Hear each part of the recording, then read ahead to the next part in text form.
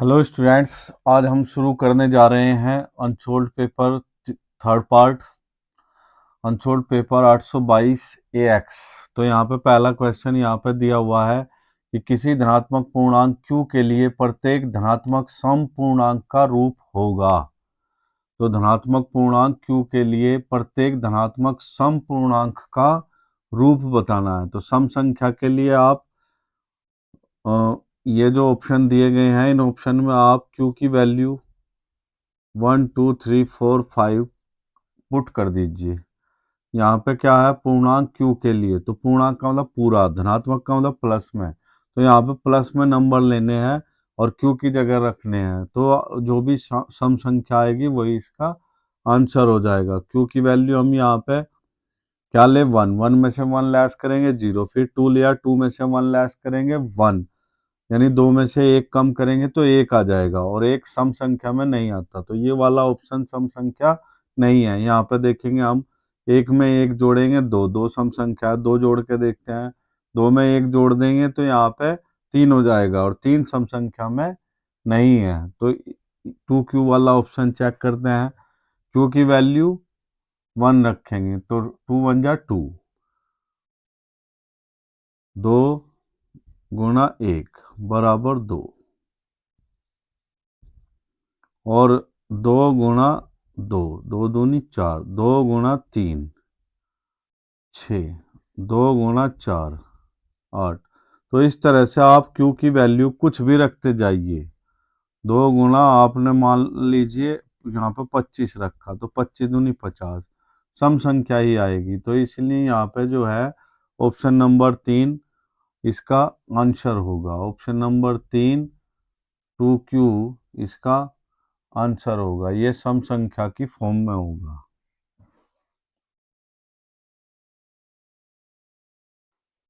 तो यहाँ पे नेक्स्ट क्वेश्चन दिया हुआ है, बिंदुओं A 2-5 और B -2 9 से समदूरस्थ x अक्ष पर बिंदु बताना है। यहाँ पे तो मान लिया, माना x अक्ष पर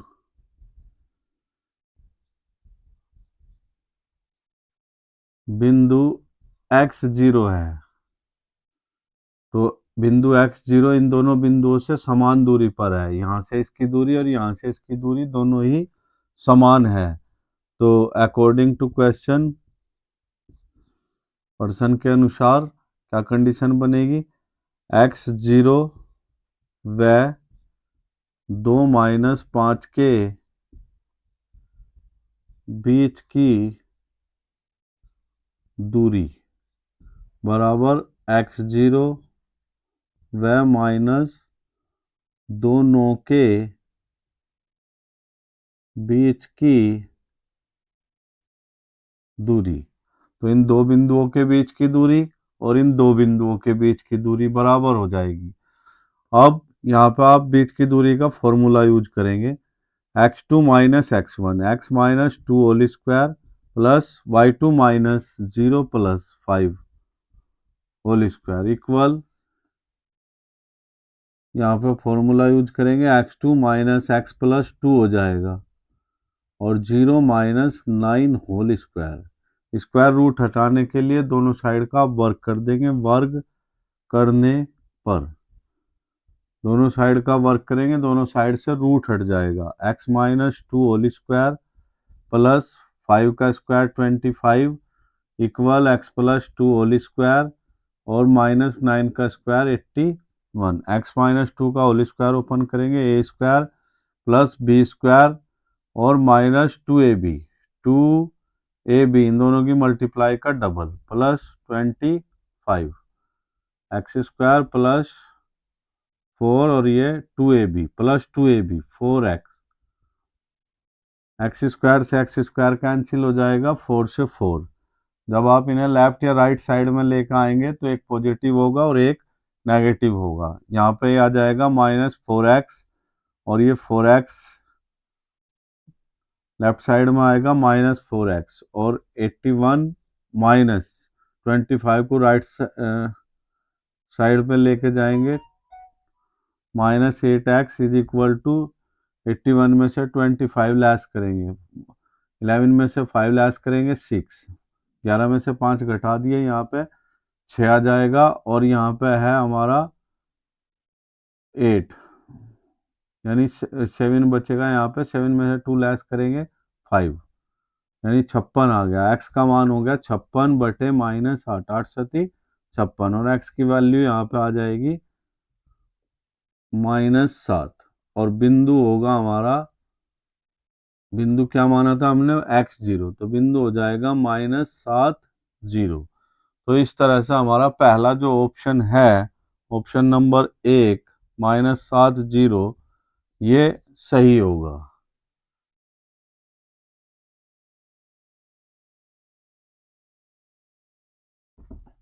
नेक्स्ट क्वेश्चन देखेंगे आप, दो समान त्रिभुजों में संगत भुजाएं 9:4 के अनुपात में है, तो इन त्रिभुजों के क्षेत्रफलों का अनुपात बताना है। यहाँ पे हमें क्या होगा, तो जब दो त्रिभुज समरूप होते हैं, चूंकि त्रिभुज समरूप हैं, इसलिए आप रूल लगा सकते हैं, पहले त्रिभुज का क्षेत्रफल, पहले त्रिभुज का क्षेत्रफल अपॉन दूसरे त्रिभुज का क्षेत्रफल, और अपॉन इक्वल पहले त्रिभुज की भुजा का स्क्वायर बटे, और यानी अपॉन में दूसरे त्रिभुज की, पहले त्रिभुज की भुजा स्क्वायर और दूसरे त्रिभुज की संगत भुजा, यानी जो भुजा पहले त्रिभुज की ली जाती है वही दूसरे त्रिभुज की ली जाती है। तो पहले त्रिभुज का क्षेत्रफल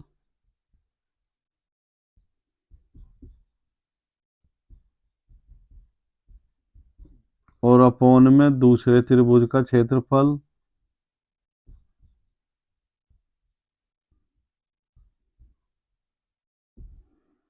पहले त्रिभुज की भुजा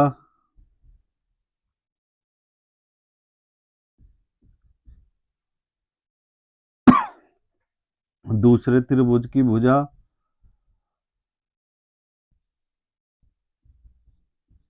का होल स्क्वायर।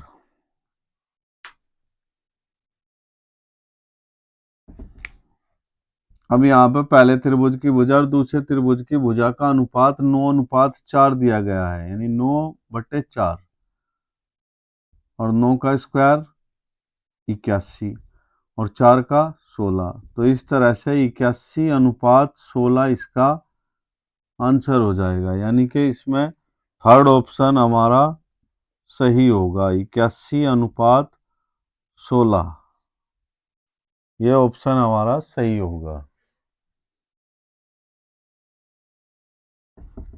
नेक्स्ट क्वेश्चन है हमारा, कोस स्क्वायर थीटा का क्या जो मान है वो 1/2 है, तो हमें यहाँ पे साइन स्क्वायर थीटा का मान निकालना है। तो कोस स्क्वायर थीटा बराबर 1/2 दिया हुआ है, यहाँ से कोस थीटा का मान निकालेंगे तो 1/2 का वर्गमूल निकालना पड़ेगा। कोस थीटा बराबर 1/√2, और कोस थीटा बराबर 1/√2, कोस में काय की वैल्यू होती है 45 की, कोस 45, थीटा से थीटा, ये सॉरी कोस से कोस हटा देंगे, थीटा बराबर आ गया 45 डिग्री। अब हमें मान किसका निकालना है, साइन स्क्वायर थीटा का, तो साइन थीटा की वैल्यू कितनी आई है 45 का वर्ग, साइन 45 का मान 1/√2 का होल स्क्वायर, 1 का स्क्वायर 1, √2 का स्क्वायर 2, तो इस तरह से साइन स्क्वायर थीटा का मान भी 1/2 हो जाएगा। तो हमारा ऑप्शन नंबर 4 वो सही होगा।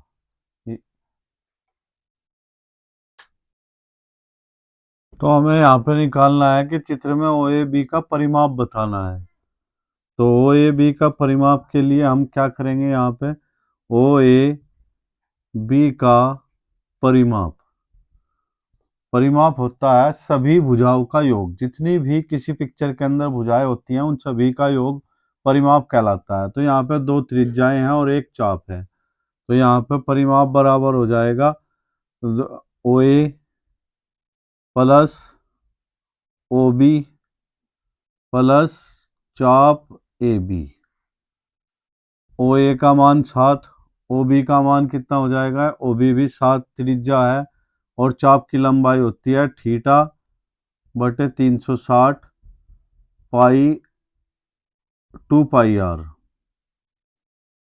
7 7 14 हो जाएगा, और थीटा के मान यहाँ पे 60 है, 60 बटे 360 2 पाई, पाई का मान 22 बटे 7, आर का मान 7, इस 7 से ये 7 कैंसिल, और यहाँ पे 60 से ये 6 बार कैंसिल हो जाएगा, 2 से 6 डिवाइड करेंगे 3 बार, तो ये आ जाएगा 14 प्लस 22 बटे 3, 3 की यहाँ पे एलसीएम ले लेंगे, 3 की इसमें गुणा करेंगे, 14 तो ये 42 और प्लस 22, और इन दोनों को जोड़ देंगे यहाँ पे, तो ये आ जाएगा 64 बटे 3 सेंटीमीटर। तो ये इसका यहाँ पे आंसर होगा, और हमारे जो ऑप्शन है, ऑप्शन नंबर 1, 64 बटे 3 सेंटीमीटर, ये यहाँ पे सही ऑप्शन होगा।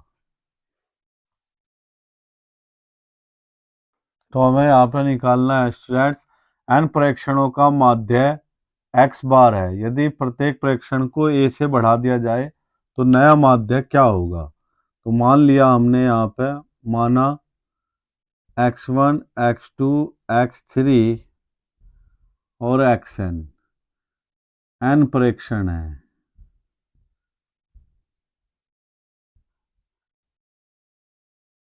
समांतर माध्य के लिए फॉर्मूला होता है समांतर माध्य बराबर संख्याओं का योग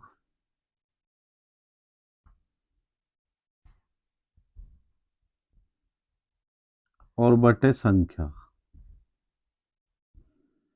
समांतर माध्य हमें दिया हुआ है x बार, संख्याओं का योग हो जाएगा x1 x2 x3 और प्लस xn, और अपोन में हो जाएगा संख्या, संख्या हमारी है n। तो ये हमारा समांतर माध्य है, यहाँ पर अपोन मान लेंगे, क्रॉस मल्टीप्लाई करेंगे, n x बार बराबर हो जाएगा x1 plus x2 plus x3 और प्लस xn, ये इक्वेशन फर्स्ट। तो ये हमारा नेक्स्ट बार आ गया है। अब हर एक प्रेक्षण को क्या किया जा रहा है, ए बढ़ाया जा रहा है, तो हर एक प्रेक्षण की वैल्यू हो जाएगी हमारे पास में। अब हम यहाँ पर नया योग निकाल लेंगे, नया योग